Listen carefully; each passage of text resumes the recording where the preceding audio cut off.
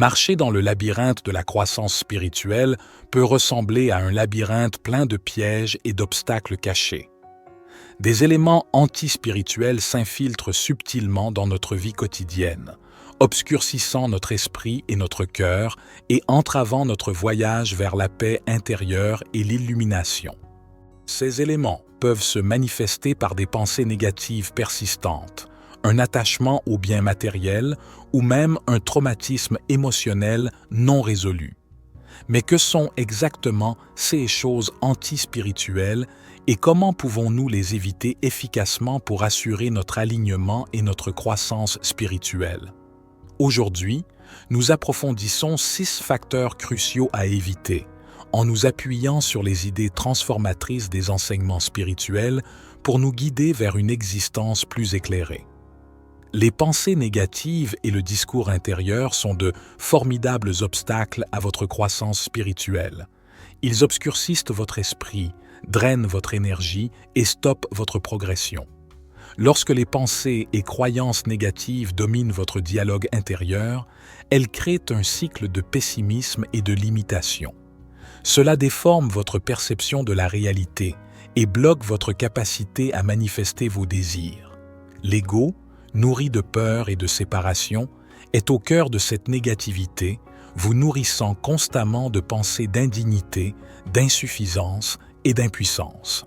Cela vous convainc que vous êtes défini par vos défauts et vos échecs, vous gardant piégé dans une spirale descendante de désespoir. Pour vous libérer de l'emprise des pensées négatives, il est essentiel de cultiver la conscience de vos pensées et de comprendre qu'elles ne sont pas des vérités absolues. Commencez par observer votre dialogue interne et identifier les schémas de négativité tels que l'autocritique, la comparaison ou la catastrophisation. Remettez en question la validité de ces pensées et remplacez-les par des perspectives positives et responsabilisantes. Pratiquer la pleine conscience et rester présent vous aide à vous désengager du bavardage incessant de votre esprit, favorisant ainsi la paix intérieure et la clarté. Des techniques telles que la méditation, le travail sur la respiration ou l'analyse corporelle peuvent être incroyablement efficaces pour vous aider à observer vos pensées sans jugement et à créer un espace mental.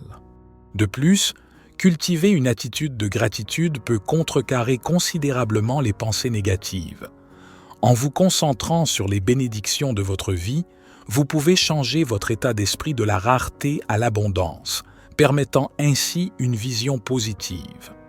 Ce changement vous aide à relever les défis de la vie avec résilience et grâce. Commencez un journal de gratitude, prenez quelques instants chaque jour pour réfléchir à ce pourquoi vous êtes reconnaissant, ou prenez simplement l'habitude de reconnaître les bonnes choses au fur et à mesure qu'elles se produisent. Vos pensées peuvent façonner votre réalité, menant à une vie de joie et d'épanouissement lorsque vous adoptez la positivité et l'abondance. Avec ces pratiques, vous pouvez transformer votre dialogue interne et devenir plus puissant et épanoui. L'attachement aux biens matériels peut sérieusement entraver votre croissance spirituelle.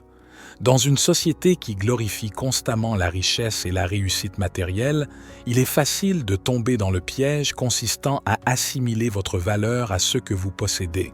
Vous pourriez croire qu'acquérir davantage de biens vous apportera du bonheur, de la sécurité ou un statut. Cependant, cette quête conduit souvent à un cycle sans fin de désirs et d'insatisfaction. Peu importe combien vous accumulez, il semble toujours y avoir quelque chose de plus dont vous avez besoin, vous laissant perpétuellement insatisfait. Cette envie constante vous distrait des aspects les plus profonds et les plus significatifs de la vie qui contribuent véritablement à votre sentiment de paix intérieure et de contentement. Pour surmonter cet attachement, vous devez examiner pourquoi vous accordez une telle importance aux biens matériels, réfléchir à vos motivations et déterminer si elles correspondent à vos véritables valeurs et objectifs spirituels. Achetez-vous des choses pour combler un vide émotionnel, impressionner les autres ou parce que vous en avez vraiment besoin? En comprenant les raisons sous-jacentes de vos désirs matériels, vous pouvez commencer à vous libérer de leur emprise. Concentrez-vous sur la valeur intrinsèque des expériences et des relations plutôt que sur la satisfaction éphémère que procure l'acquisition de nouveaux objets. Réalisez que le vrai bonheur et l'estime de soi viennent de l'intérieur et non des possessions extérieures. Pratiquer le détachement ne signifie pas que vous devez abandonner toutes vos affaires ou vivre un style de vie minimaliste. Il s'agit plutôt de changer votre état d'esprit et de ne pas laisser les éléments matériels vous définir ou contrôler votre bonheur. Vous pouvez toujours profiter et apprécier ce que vous avez sans en dépendre pour votre estime de soi. Pensez à adopter une approche plus consciente de vos biens. Lorsque vous ressentez le besoin d'acheter quelque chose de nouveau, faites une pause et réfléchissez à la question de savoir si cela ajoute réellement de la valeur à votre vie. Ce faisant, vous cultiverez une relation plus saine avec les choses matérielles, vous permettant de vous concentrer sur votre voyage spirituel et les aspects de la vie qui apportent un véritable épanouissement. L'identification de l'ego est l'une des barrières les plus insidieuses sur votre chemin spirituel. L'ego se nourrit de séparation, de peur et de jugement, vous convainquant que vous êtes distinct des autres et que votre valeur dépend de vos réalisations et de vos possessions extérieures. Lorsque vous vous identifiez à votre ego, vous vous retrouvez piégé dans un cycle incessant de comparaison et de compétition.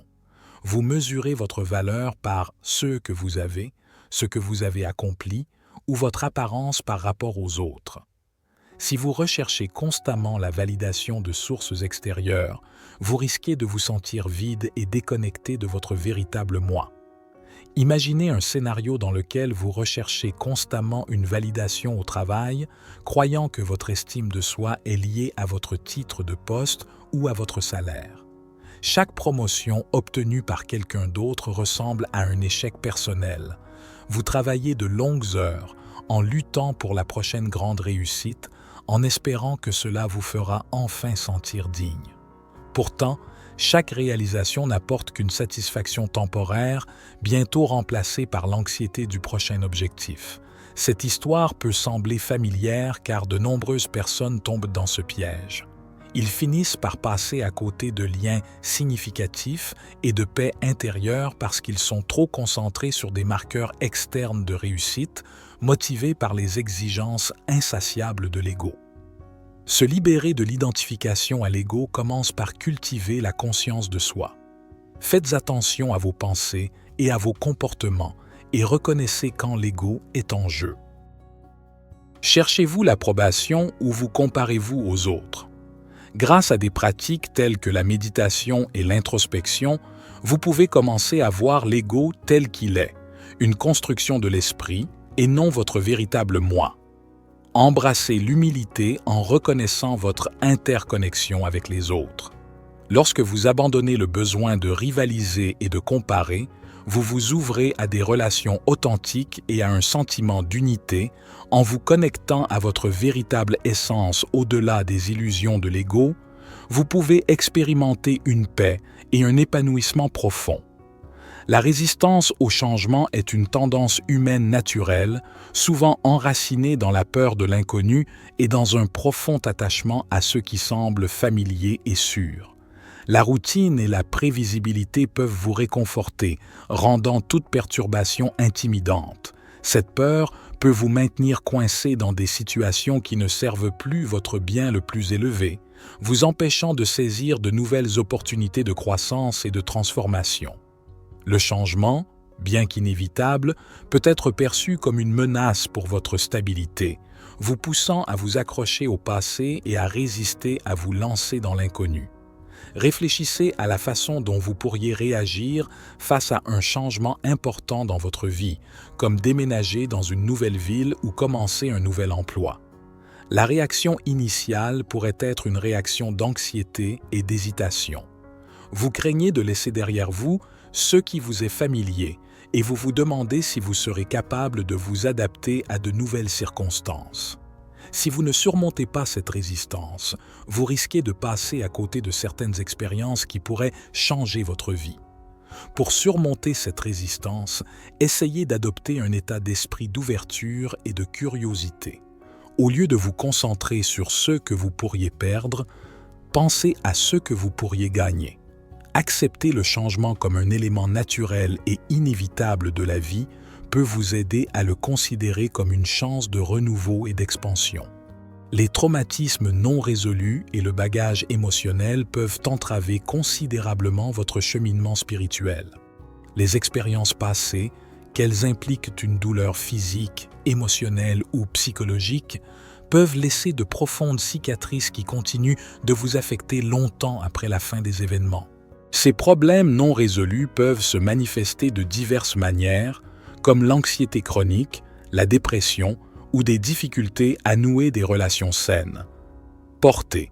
Ce poids émotionnel vous maintient piégé dans le passé, ce qui rend difficile de vous engager pleinement dans le moment présent et de profiter de la vie telle qu'elle se déroule.